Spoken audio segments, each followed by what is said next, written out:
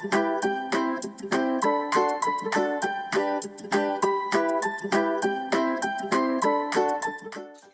second graders, welcome back. I'm happy to see you again. So we just talked last time about some personal safety, and now I would like to continue talking about personal safety so I can be with you a few times. I hope that you had an opportunity to talk to your moms and dads or your family members about what you learned about personal safety. So let's talk about a little bit different kind today. I'd like to talk to you about home safety. So the recommendation for being home alone with nobody else there with you is police officers like to say you should not be home alone at all until you're 12 years old or older. You also can't be in a car by yourself ever until you're 12 years old or over. That's actually a law. The one for home is a recommendation that you're 12 years old or older. So let's talk about that though, because even though it's the recommendation to not be home, I really would like you to know what to do if you are home alone in case something happens. So I have this picture right here of a young girl, and she's home by herself, but you know what she has with her? A cell phone.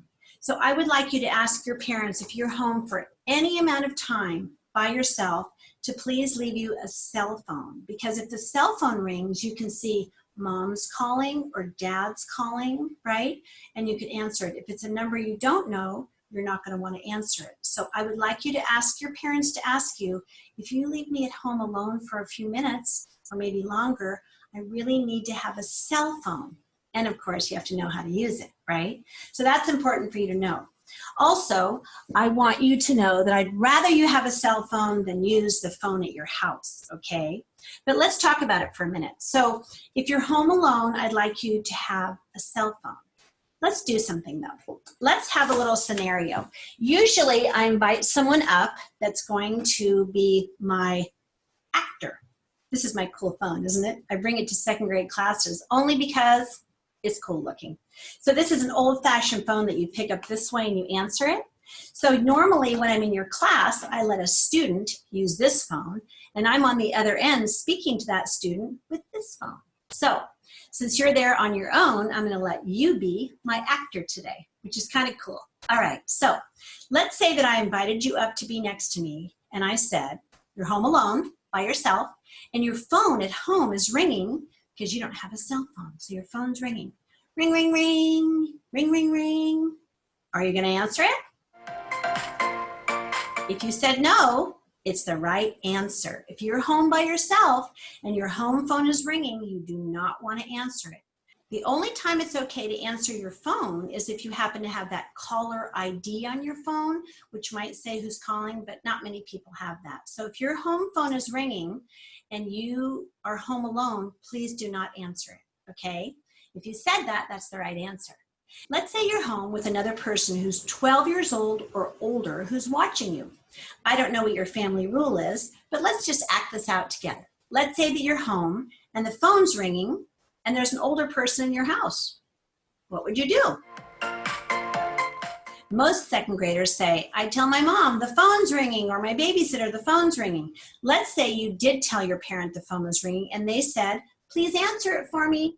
So now I'm going to give this phone to you and you're going to answer it, okay? So pretend you have the phone in your hand, you're going to answer it. Or you can pick up a phone in your own house. So here I am talking to you at your house, okay? Hello? I hope you said hello. Hi, this is Mary. Who's this? You might give your name. I have a problem here. Your mom is a friend of mine from your school, and I'm going to use this the example of the school of Los Ranchos, okay? So I'm a friend of your mom's from Los Ranchos school, and she wrote down your address for me to drop something off at your house on a little sticky note, and I can't find it. So can you do me a favor and tell me where you live? Like, do you know your street number and your house address?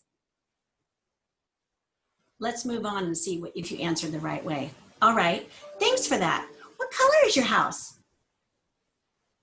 Is there anything out front that I would be able to know, like a basketball hoop or a certain color car? Okay, thanks for that. What about at Los Ranchos, who's your teacher? Oh, I know that teacher. Oh, you're so lucky. Hey, if I were to see you at school, what do you look like? Can you describe yourself? What's your eye color? What's your hair color? All right. So I don't know how you answer, but I can tell you how most of the time second graders answer. So let's say that I get the phone back from you. Thank you very much. And we hang up.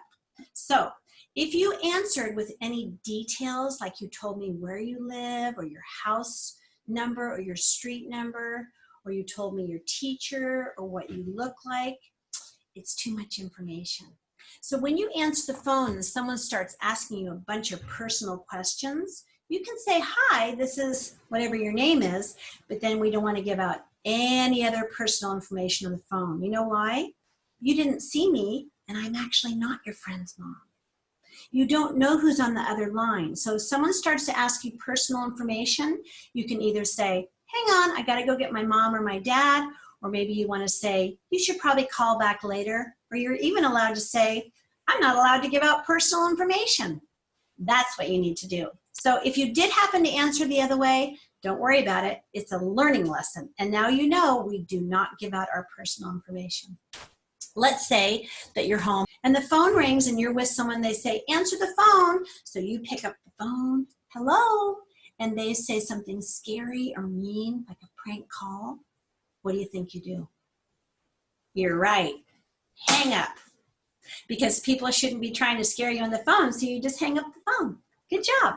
So let's go over that with the phone. If someone calls your house while you're home alone, we don't answer. If someone calls when you're with a grown-up, you can ask if you can answer. You may answer, but we don't want to give out any of our personal information. Before I leave this though, guess what? There is a time you can give out your personal information. Let's say that you're at home by yourself or with someone else and something happens and you need to be the one to call emergency services. I'm going to put 3 fingers up, and when I get to 3, do me a favor and tell me that number. It's a 3 numbers. 1, 2, 3. Say it. Yep, you're right. 911. That's the emergency services number. You, as a second grader, can call 911 if you need to. No matter where you call 911 in the country, they're going to answer like this. 911 emergency services, what is your emergency? And you are going to tell them your emergency. The important part about 911 is you want to stay on the phone if you're able to, and they're going to ask you questions. They might say, what's your name? You may give them your name. They might say, do you know where you live? If you know where you live, tell them. If you're not sure, you're too scared to remember, just stay on the line, because at the 911 station, they have a computer where your information for your home will pop up and they can come and help you, okay? Now let's say that they say, we're gonna send emergency services to your house. You say, okay, stay on the phone, and then you hear this at the front door of your house. And you answer the door at the other side. Yes, and they say it's emergency services, and then you can answer the door, okay? That's the only time you'll want to give out your personal information and answer the door is when you know that it's 911, all right? Now, 911 is for emergency services. So if you're at the end of school of the day and you're thinking, you know what sounds good is some chocolate chip ice cream. I bet my mom has some in the freezer. You go home, you run to the freezer, you open it up, and there's no ice cream. Is that a 911 call? No, that is not a 911 call. It's very serious to call 911. You need to make sure it's an emergency. Now, is it okay if you're 7 or 8 and you're scared and you think it's an emergency? There's nobody around. I don't know who to ask. Should I call 911? Yes, you should call 911. If you think it's an emergency, please do not hesitate. Call 911. If it's not an emergency, they will tell you, okay? They've even had kids as small as 3 years old call 911 when they needed emergency services. So certainly a second grader. And you can practice using the phone not turned on, calling 911 if you want to practice. Awesome job. All right, before we leave the subject of home safety, let's look at this poster right here. Someone was knocking at this boy's door. He heard the knocking, but he's home alone. The door is locked, the windows are locked, his mom's away somewhere for a few minutes, he doesn't have a cell phone, and he hears someone knock at the door. He's walking up to answer the door. You see there's windows at the side of it? There's also a peephole in there, but he's too small to look through it like you are. So he's getting ready to open the door. What do you think? If you're home alone and someone knocks on the door, what should you do? If you answered, don't answer it, you're right. We do not answer the door if someone comes to the door when we're home alone. Just ignore it. If you don't feel comfortable, use your phone to call your mom, but you can just ignore it. Don't go to the door, don't ask who it is, don't look through the window, you just stay where you are. We don't really want people to know that you're home by yourself. So we don't answer the door at all. Now let's say that you are home with a bigger person that's 12 or older, and you hear someone knock at your front door. You're home with someone else. What should you do? You ask them, hey mom, I hear someone at the front door. Hey babysitter, someone's knocking at the front door. Then you can go to the front door with the older person and they can open it together with you. Okay, we're not answering the door if we're home alone at all. If you go to the door like that boy did and he looks out the window, then a person on the outside looks in too. So we don't want to answer the door at all. All right, let's go over that home safety. The recommendation is you are not home by yourself at all till you're 12 or older. Please ask your parents to leave you a cell phone and teach you how to use it.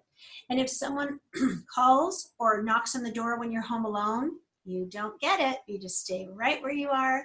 And if someone else is with you that's older, we can answer the phone with permission or get the door with the person. And we don't give out any personal information at all. All right? That's home safety. Really important. I also mentioned the car safety. If you went to the grocery store with mom and you're under the age of 12 and no one else is in the car with you, you must go into the store with your mom until someone that's 12 or older is in the car with you. That happens to be the law, all right?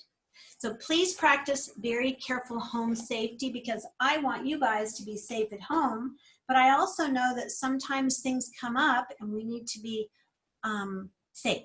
So if your mom wants to leave you for a few minutes at home and you don't feel comfortable, you should use your words and say, you know what? I don't want to be left home alone. Okay? Good job, second graders. I'm proud of you.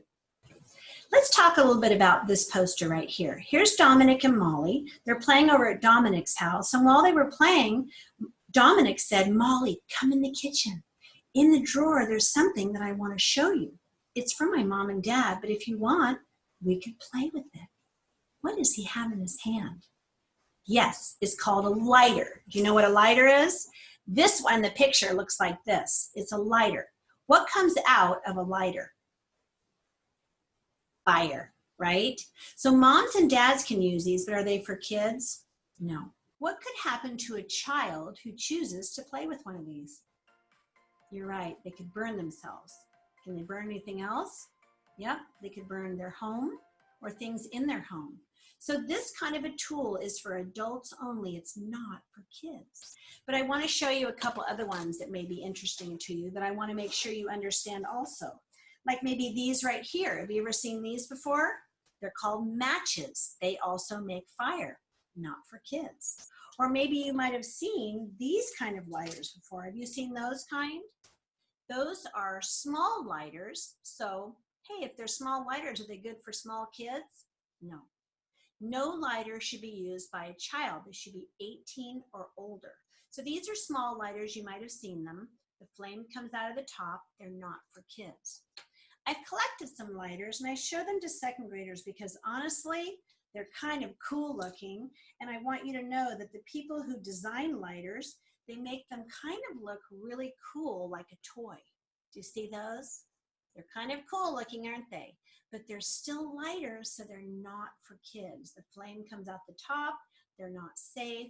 So I wanted to show you those lighters because I want you to know that if they're colorful or cool looking, they're still a lighter.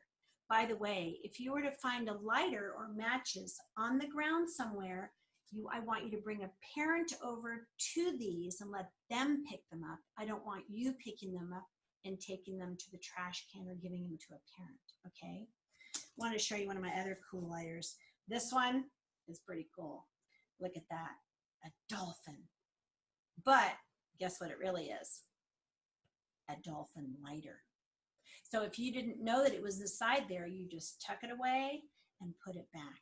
Because these kind of things are for adults only. We don't want you to burn yourself or burn things in your house. So you know what?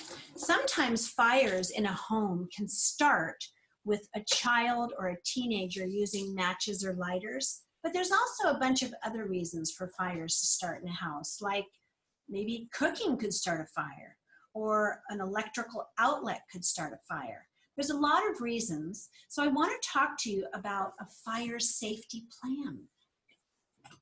If there's a fire in your house, your job is to get out.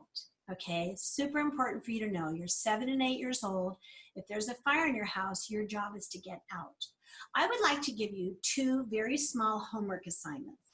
And I'm not going to be able to see you to get them, but I still plan on you doing those for me if you don't mind, because they're really helpful to have a plan. So this is the first assignment. I would like you to talk with your mom and dad and your family and pick a meeting spot. It's part of your fire safety plan. Pick a meeting spot somewhere right in front of your house. You can go out together because you're all home right now, right? And pick a spot. It should be kind of specific, like we're going to meet by the second tree, or we're going to meet at the basketball court, or we're going to meet on the sidewalk on this certain square. So you want to make sure your entire family knows about your meeting spot. Super important for you to pick a meeting spot out in front of your house, not down the street and not across the street, right in front. Because once everyone comes out of your home, if there's a fire, they all meet together at the meeting spot, and then you're going to leave safely together as a family. So please pick a meeting spot, and next time I see you, I'm going to ask you if you picked it. Do you know I've had the same meeting spot at my house for 15 years with my kids. I've never had to change it. You only change your meeting spot if you move to a different house, okay? So pick a meeting spot. That's super important for you to know. The other thing that I want you to do is I want you to practice opening your bedroom window. So this will require your mom or your dad or someone in your family showing you how to open your bedroom window, okay? So every bedroom window opens differently. We can't really open it unless someone teaches us how. So I would like you to ask your mom and dad to teach you how to open your bedroom window. And next time I get together with you online, I'm going to ask you if you know how to open your bedroom window. And I'm also going to tell you why it's so important for you to know your meeting spot and how to open your bedroom window, okay? That's fire safety. Don't play with matches and lighters. Have a fire escape plan for your house. You know, house fires don't happen that often, but it's always good to have a plan, and I bet you want a plan too, right? So we've talked a little more about safety. Next time we get together, we're going to kind of switch up our personal safety talk and talk about safety with our bodies, okay? So I will see you next time. Don't forget your 2 small homework assignments. See you soon. Bye.